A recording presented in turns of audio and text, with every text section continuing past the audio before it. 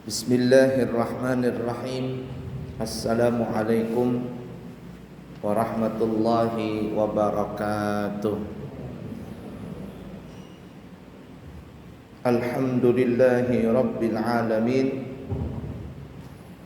Allahumma fasalli wa sallim ala sayyidina wa nabiyyina wa maulana Muhammadin wa ala alihi wa sahbihi ajma'in, amma ba'du. Para jamaah sekalian yang disayangi Allah dan dicintai Allah, mari kita lanjutkan pelajaran kita di dalam masalah fiqhul amaliyah, fikih yang berkaitan dengan muamalah. Fiqhul muamalah, fikih yang berkaitan dengan pergaulan kita sehari-hari, dan kita masih membahas tentang masalah wadi'ah. Wadi'ah itu yang kita sebutkan kemarin adalah menitipkan barang. Menitipkan barang.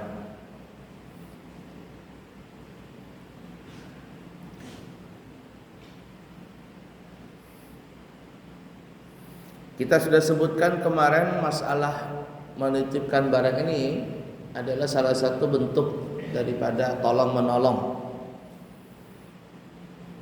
Tolong menolong. Dan juga masuk di bab menerima amanah. Jadi kalau ada orang menitipkan sesuatu kepada kita, kita terima, maka kita telah, ibarat kata, kita telah sanggup untuk menerima amanah tersebut. Ketika diberikan amanah tadi, maka kita jangan berkhianat.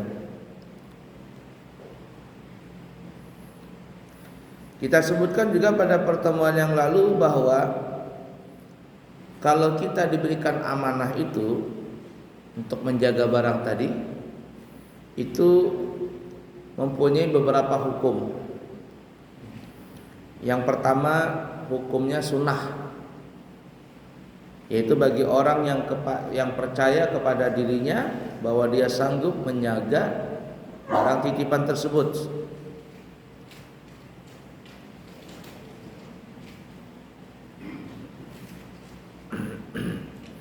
Kalau kita yakin menerima barang titipan itu, kita sanggup untuk menjaganya, maka ini hukumnya adalah sunnah.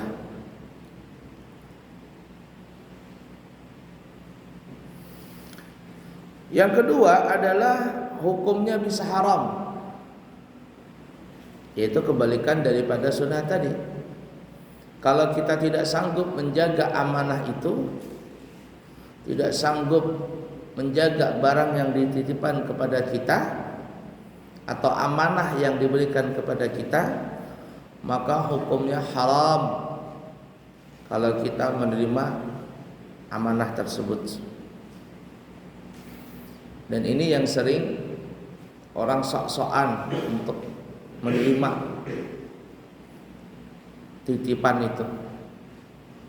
Kalau kita memang tidak sanggup, maka kita bilang saja, saya minta maaf tidak sanggup.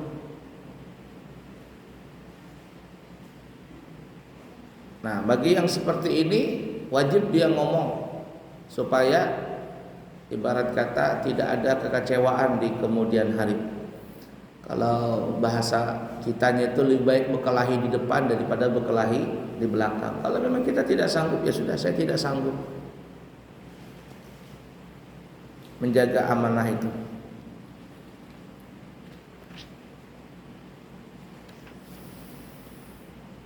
Kemudian yang ketiga, makruh. Dibenci perbuatan itu. Apa itu? Orang yang dapat menjaganya, tetapi dia tidak percaya diri untuk bisa menjaga 100%, maka ini hukumnya makruh. Insya Allah dia mampu saja menjaganya, tapi tidak yakin 100% untuk menjaganya. Ya, kita contohkan kemarin ada orang nitipin sepeda motor kepada kita. Dia bilang, Pak, saya boleh nggak nitip sepeda motor? Bapak ada aja kan di rumah, nanti sore saya ambil motor saya. Oh iya ada saya di rumah Pak, cuman saya ini tidak punya tempat untuk naruh motor. Kalau Bapak mau nitip sama saya ya taruh di luar situ saja. Tapi saya tidak bisa menjamin keamanannya. Cuman saya jaga, tapi kalau terjadi apa-apa Pak saya tidak tanggung jawab ya. Maka yang seperti ini hukumnya makruh. Nah itu ya.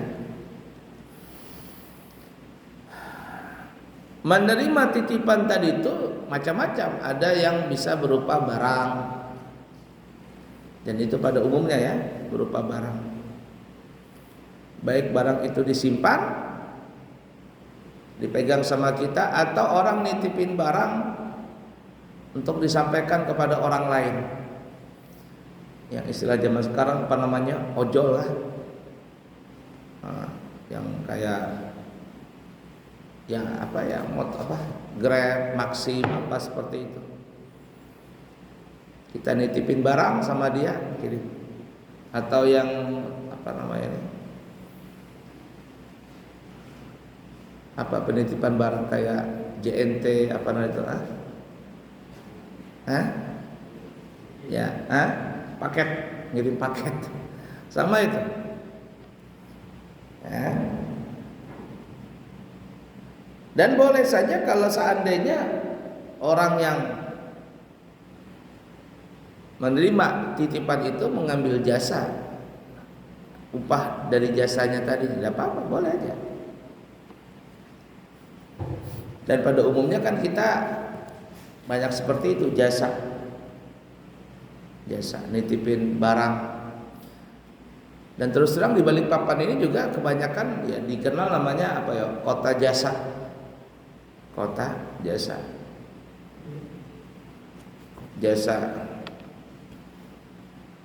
nitipin barang, jasa untuk penitipan anak, jasa macam-macam lah, banyak sekali di kehidupan kita sehari-hari ini yang dikenal dengan kota jasa ini di Balikpapan.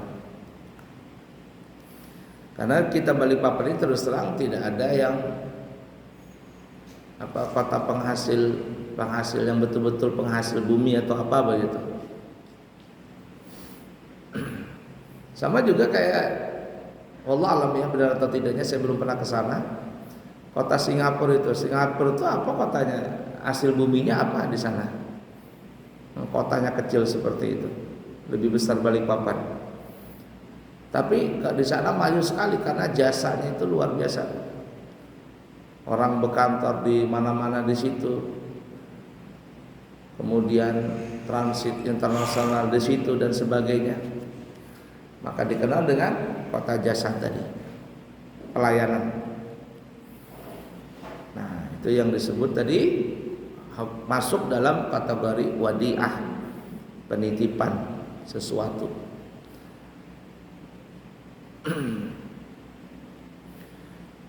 Baik. Ruknul wadiah, rukun-rukun di dalam penitipan. Jadi kalau kita menitip itu ada rukunnya, ada beberapa kategorinya. Yang pertama ada barang yang ditaruhkan, yang dititipkan. Barangnya ini ada. Nah, syarat barang yang kepingin dititipkan itu adalah merupakan milik yang sah. Jangan kita menerima barang orang itu ternyata barang itu bukan barangnya orang yang menitipkan ini. Ternyata barang orang lain juga yang dititipkan. Nanti kalau ada masalah kita ribut dengan pemilik barang yang asli. Ini mungkin sering terjadi saja. Umpama si A menitipkan barang kepada si B, atau si B minjam barang dengan si A. Lalu si B ini bilang kepada C, saya titipin barang ini ya. Kirain barang ini, kira si C ini barangnya si B, ternyata ini barang si A. Jadi kalau kita ingin menerima jasa penitipan barang tadi, kita pastikan ini barangnya punya siapa. supaya di kemudian hari itu jelas. Kalau ada permasalahan jelas ini milik siapa, dan kalau terjadi masalah sesuatu yang tidak diinginkan bisa saling bertanggung jawab. Pemilikannya merupakan pemilikan yang sah.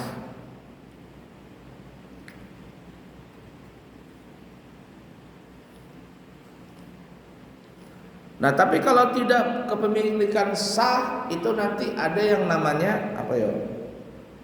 Menerima jasa apa bahasa kita gitu ya? Barang hilang, penitipan barang hilang. Ini nanti kita akan sambung babnya itu namanya bab luqatah. Bab luqatah, luqatah itu barang tercecer atau barang temuan atau barang hilang. Nah, seperti itu tuh. Umpama ada di antara kita pas ke WC atau ke tempat wudhu, ketinggal ada ngelihat jam tangan itu, harganya mahal, umpama sampai 10 juta, wah ini jam mahal ini. Kita yang menemukan barang itu nanti kita boleh memilih. Kita biarkan, kalau kita biarkan berarti kita tidak ada tanggung jawab untuk menjaga barang itu.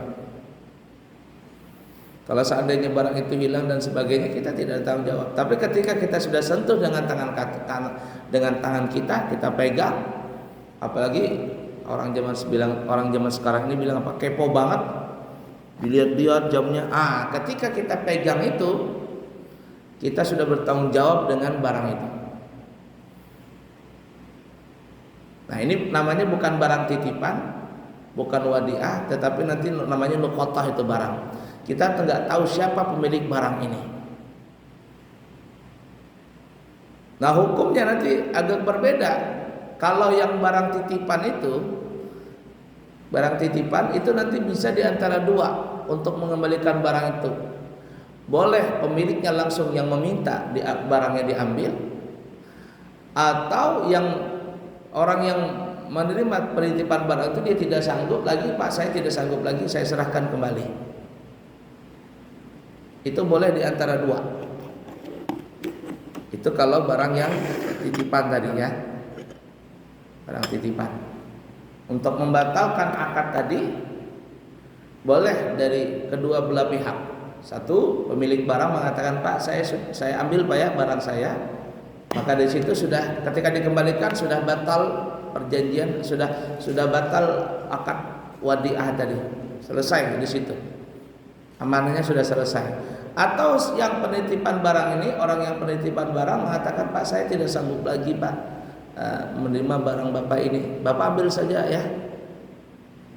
Ketika sudah diserahkan, di situ sudah selesai urusan. Tapi barang wadiah tadi, barang tercecer yang kita contohkan jam tangan tadi, ketika seseorang sudah memegang barang yang tercecer tadi, dia sudah bertanggung jawab itu barang itu. Bertanggung jawab kepada barang itu. Artinya dalam masalah ini dan ya, cuman ganjal saya. Dalam masalah ini tentu pemilik barang tidak tahu di mana tempat barang itu tercecer.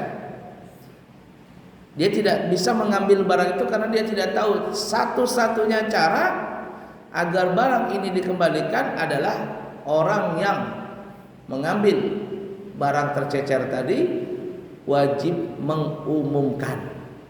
Wajib mengumumkan. Umumkan. Ada kehilangan barang, siapa yang kehilangan barang jam tangan, silakan ambil ke tempat kami.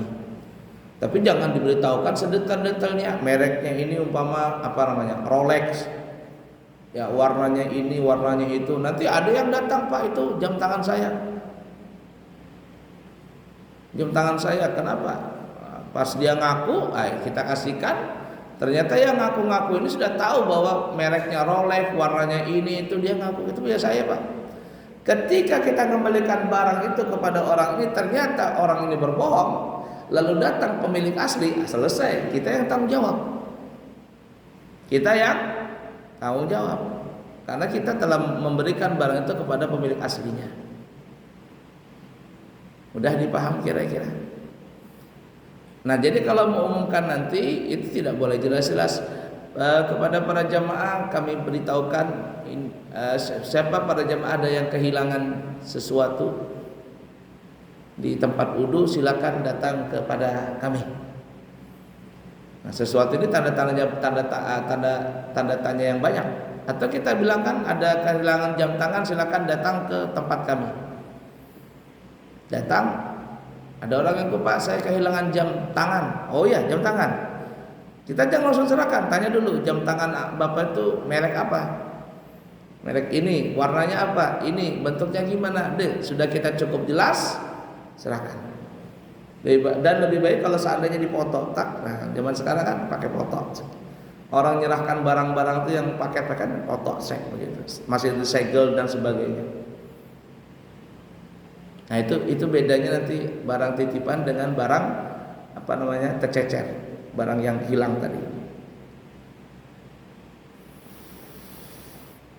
Sama juga di polisi itu kan ya, kalau ada orang kecurian sepeda motor nggak langsung bang polisi ngasih sepeda motor itu, tanya dulu betul nggak milik bapak, mana BPKB-nya, mana STNK-nya yang asli mana buktinya ini dan sebagainya. Setelah jelas baru diberikan kepada polisi. Bayar nggak ya kalau ngambil barang?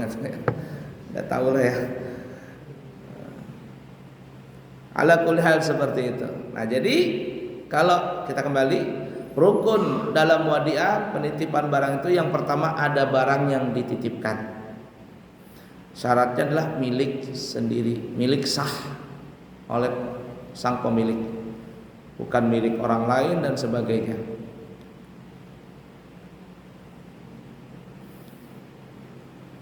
Dan kita juga boleh ya, kalau ada orang nitipin barang kepada kita, nitipin barang kepada kita, lalu kita titipin barang itu kepada orang lain lagi, nggak boleh itu.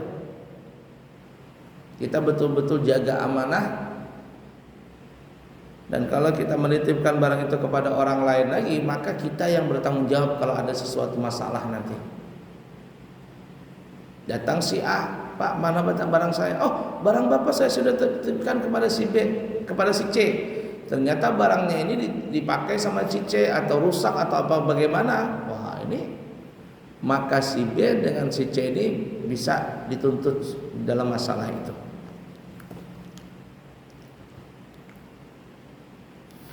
Nah kecuali kalau seandainya si A itu terima, si A menitipkan barang kepada si B, kemudian si A ini tidak ngambil-ngambil atau si B ini tidak mengembalikan, lalu si B bilang saya tidak sanggup lagi. Telepon si A, saya tidak sanggup lagi ini menerima barang titipan A, silakan nanti ambil ya kepada si B, mau nggak ya?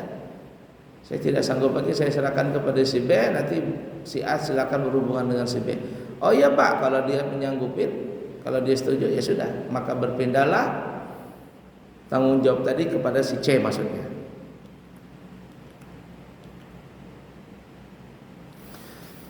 Baik, kemudian rukun yang kedua ada yang berpetaruh dan yang menerima petaruh. Menerima apa?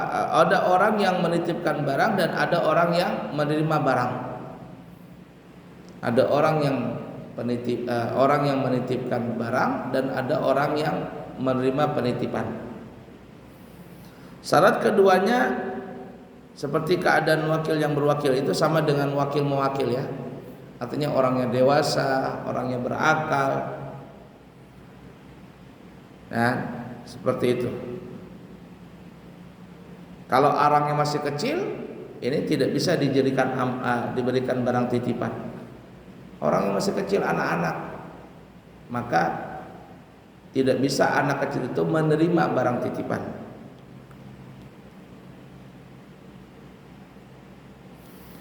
Ketentuannya tiap-tiap orang yang sah berwakil atau menjadi wakil maka sah pula menerima barang titipan dan sah juga menitipkan barang.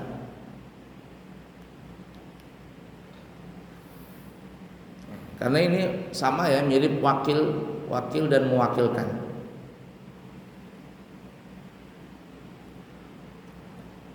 Yang ketiga, rukunnya adalah lafaz. Ada lafaz, bahasa kitanya ada akad, seperti Si A berkata, saya titipkan barang ini kepada engkau. Maka si B menjawab, saya terima barang ini. Apalagi kalau seandainya disertai dengan tanda tangan. Disertai dengan tanda tangan. Kalau barang-barang penting itu ya, terutama surat menyurat dan sebagainya, itu semestinya memang harus ada tanda tangan. Ya, kalau kita nitipin barang tuh bahasa kitanya apa ya? Ada surat barang apa saja yang dititipin, A, B, C sebutin, kemudian yang menerima barang ini tanda tangan. Nanti ketika si A yang penerima yang punya barang ini datang, Pak saya mau ngambil barang saya.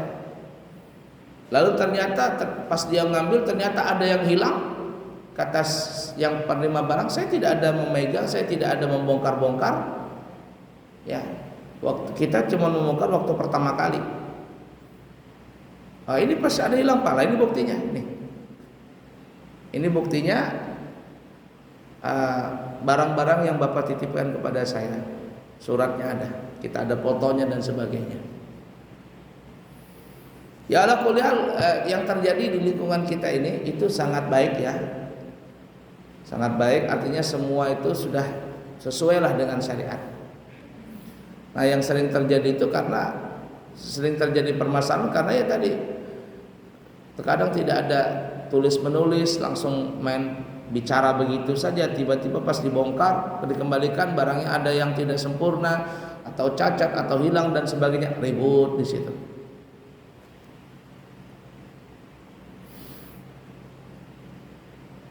Jangankan seperti ini ya, orang yang menyewa mobil itu pun juga harus ya, biasanya dicatat nih. Lihat dulu, jangan sembarang langsung nyewa, ada lecet gak ini? Ya. Kan begitu tuh biasanya orang yang penyewaan mobil. Kita jangan asal langsung pakai, lihat dulu. Kalau bisa di kamera ini semuanya. Kalau ada lecet dan sebagainya, ini tanda bukti pas kita kembalikan barang. Kemudian si pemilik mobil ini mengatakan, Pak ini barangnya lecet Pak, kenapa Pak? Kita bilang ini memang ada dari awal Pak. Lah ini fotonya, ini videonya. Waktu saya pengambilan barang model seperti ini. Maka si pemilik barang tidak bisa lagi menuntut kepada orang ini.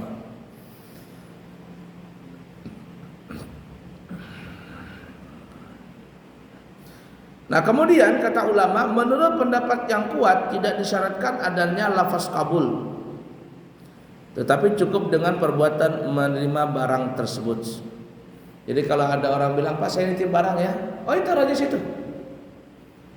Ya, walaupun udah dipegang dari bilangnya, saya nitip barang boleh Pak, ini saya punya tas, silakan titip, taruh aja sini Pak, ditaruh barang itu. Maka ketika ditaruh barang tersebut, maka itu sudah dikatakan dia telah menerima beban amanah tadi.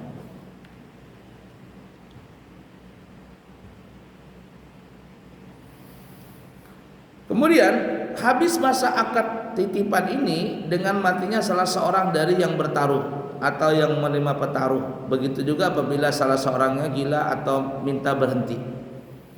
Nah, jadi akad titip menitip ini itu batal atau sudah habis waktunya, alias tidak ada lagi amanah di situ apabila salah seorang yang meninggal dunia. Jadi kalau ada orang nitipin barang sepeda motor kepada kita, pemilik sepeda motor itu meninggal, maka di situ telah habis masa daripada penitipan barang. Ini kita kembalikan kepada ahli warisnya. Atau yang menerima barang ini titipan meninggal, maka ahli waris yang menerima barang ini mengembalikan barang itu kepada sang pemiliknya. Atau gila salah satunya, ya. Atau memang yang kita katakan di awal tadi, salah satu keduanya telah membatalkan wadiah tadi, titipan tadi. Baik si pemilik barang mengambilnya atau orang yang menerima jasa penitipan itu mengembalikan barang tersebut. Setelah selesai atau telah dibatalkan itu, maka tidak ada lagi amanah. pertanggungjawaban itu sudah dikembalikan kepada masing-masing kedua pihak.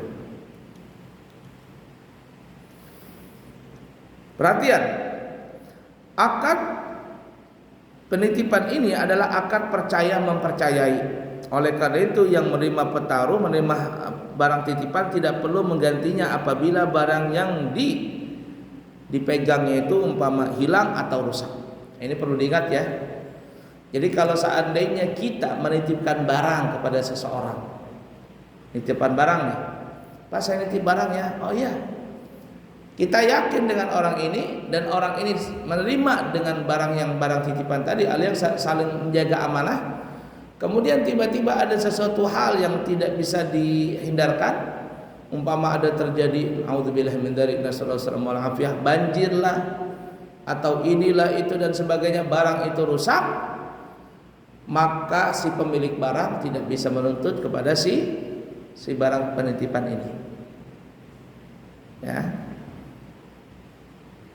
Ini apa namanya itu? Ini saling percaya, cara percaya mempercayai. Tapi kalau ada jasa di situ, nah ini apalagi sudah diberitahukan, nah, barang kerusakan ini kami yang jamin. Ketika penitipan barang itu ada jasanya, ada sesuatu rusak dan sebagainya, maka ini nanti bisa bertanggung jawab. Itu nanti sebenarnya babnya gadai menggadai itu ya, gadai menggadai itu. Ada asuransi dan sebagainya. Ala kulli hal.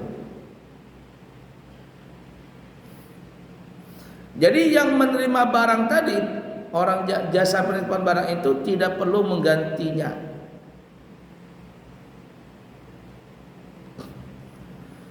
Kecuali apabila rusak atau hilang karena kelalaian dari orang yang menjaga ini, atau kurang penjagaan, berarti tidak dijaga sebagaimana mestinya. Dan ini yang terjadi ya. Kalau orang nitipin sepeda motor gitu di mall, sebenarnya kalau seandainya hilang wajib mengganti pemilik jasa penitipan barang itu. Nah, tapi kita lihat di kartis itu apabila ada kerusakan motor, kehilangan ini itu, kami tidak bertanggung jawab. Wah, ini mau terima duitnya tapi tidak mau bertanggung jawab kalau ada sesuatu masalah.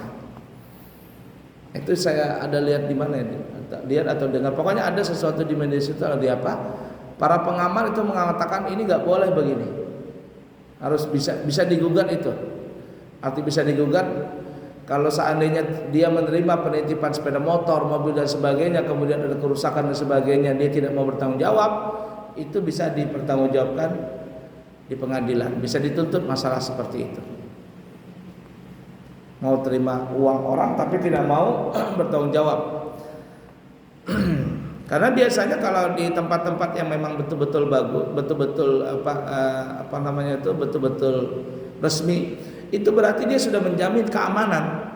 Kalau dia menerima penitipan barang, motor, mobil dan sebagainya, itu biasanya dia sudah siap resiko sesuatu apapun juga. Nah ya seperti itu. Ini kalau seandainya kehilangan, kerusakan dan sebagainya disebabkan kelalaian daripada si penerima jasa penitipan barang tadi. Tapi kalau seandainya tidak bisa dielak, ya memang karena memang bencana ini itu dan sebagainya, tidak bisa dielak lagi, maka dalam ilmu fikih sang penerima jasa penitipan barang itu tidak bertanggung jawab.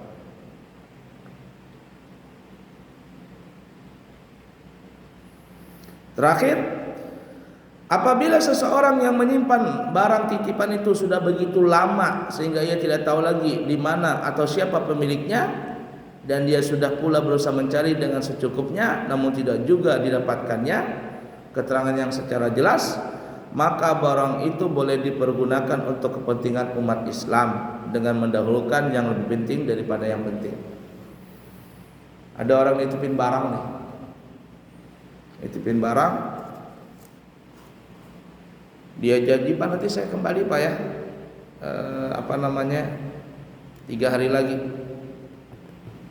Sekalinya orangnya nggak datang-datang, kita nggak kenal sama orang itu, nggak datang-datang.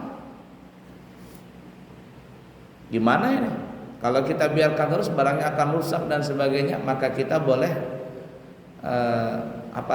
menyerahkan barang itu ke badan sosial. Badan sosial kah bahasa kitanya ya? Untuk kemaslahatan umat. Nah, nanti kalau dikembalikan kepada ke badan sosial ini yang bertanggung jawab nanti kalau pemiliknya datang dan sebagainya, maka bisa di situ berbicara lebih lanjut. Ini kalau seandainya masalah yang kita sebutkan tadi ini, orang yang menerima penitipan barang itu sudah nggak ketemu lagi, mana orangnya nggak datang ini. Ya mau nggak mau ya sudah. Untuk menjaga amanah tadi bisa diserahkan kepada badan sosial atau yang menangani masalah seperti itu. Di Balikpapan kayaknya ada bidang itu ya. Bidang itu badan sosial atau apa, kurang paham. Ya salah satunya mungkin kasus kalau umpamanya ada orang meninggal dunia di Balikpapan tapi nggak tahu keluarganya. Keluarganya nggak ada, ininya nggak ada. Itu biasanya ada di bidang khusus di setiap kelurahan atau setiap RT, entah ada atau tidak itu. Babinsa atau apa istilahnya itu ya. Nanti mereka akan bekerja sama menyerahkan masalah ini. Itu. Dan kayaknya kalau nggak salah itu ada dananya, memang ada dana khusus untuk masalah seperti itu. Di Balikpapan ini sering saya mendengar itu ada orang meninggal dunia, keluarganya nggak ada. Keluarganya nggak ada. PRT bingung lah, ini orang tinggal di warga kita gimana ini Pak? Ya, telepon yang ibarat kata LPM, kelurahan dan sebagainya, ini gimana masalahnya ini? Nah, diserahkan ke badan sosial nanti, yang di bidang sosial itulah yang mengatur semua itu. Nah, sama juga tadi barang titipan itu. Barang titipan apa saja? Ya, maka bidang sosial itu yang mengatur semuanya untuk kemaslahatan umat. Yang mana yang lebih penting itulah digunakan untuk kepentingan yang paling mendesak ya. Baik, mungkin seperti itu dan saya rasa dan kita rasakan untuk permasalahan di sekitar kita ini insya Allah sesuai saja dengan syariat ya, sesuai saja dengan syariat, termasuk yang penitipan barang ini. Paling-paling cuma ada sedikit permasalahan ya, ada yang seperti saya katakan tadi, sebagian pengamat itu ada mengatakan kalau ada orang sudah siap menerima jasa penitipan barang seperti sepeda motor dan sebagainya, kemudian ditulis di situ kalau ada kerusakan ini itu kami tidak bertanggung jawab, ini bisa digugat ini. Ya, bisa digugat, entah hukumnya digugat atau nanti di pengadilan bisa digugat, penuntutan dan sebagainya. Intinya itu bisa digugat karena kalau dia menerima jasa itu berarti dia sudah siap menerima tanggung jawab itu dengan menjaga sebaik-baiknya. Kalau seandainya ada kehilangan, kerusakan dan sebagainya disebabkan kelalaian dari sang penerima jasa itu, maka ini bisa dituntut untuk ganti rugi. Tapi kalau seandainya tidak ada kelalaian, dijaga dengan benar dan sebagainya, kemudian terjadi sesuatu atau memang bencana alam dan sebagainya, maka sang penerima jasa itu tidak wajib bertanggung jawab. Baik, seperti itu. Kiranya cukup sekian dulu. Semoga ada manfaatnya. Kami ada dapat amanah lagi dari pihak travel. Ada beberapa paket yang kami jual untuk kegiatan umroh. Yang pertama ada paket 9 hari dengan harga 29 juta, keberangkatan dari Balikpapan sudah include semuanya. Kemudian apabila ada yang berumrah 12 hari itu harganya 32 juta, include sudah dari Balikpapan semuanya. Kemudian apabila ada yang berumrah 14 hari itu harganya 35 juta 500 ribu, juga include dari Balikpapan semuanya, pesawatnya ke Air Asia ya. Kemudian apabila ada yang kepingin berumrah plus Turki 12 hari harganya 32 juta 250 ribu, cuman keberangkatan dari Jakarta. 32 juta 250 ribu keberangkatan dari Jakarta, itu berangkatnya di bulan Januari. Kemudian apabila ada yang kepingin berhaji langsung tahun depan, itu jasanya adalah 195 juta. Ini yang ekonomis ya, 30 hari berangkatnya. harganya 195 juta. Itu DP masuk sampai akhir November. Siapa tahu ada yang berminat, maka kami insyaallah siap menyalurkan niat para jamaah. Kemudian insyaallah kalau tidak ada halangan, kami nanti berangkat di akhir Agustus dan kami menerima jasa untuk pembadalan umrah.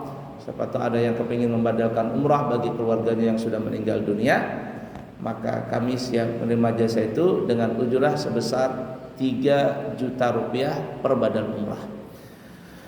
Baik, semoga ada manfaatnya. Subhanakallahumma wa bihamdika asyhadu an la ilaha illa anta astaghfiruka wa atubu ilaik. Wa akhiru kalam, wassalamu alaikum warahmatullahi wabarakatuh.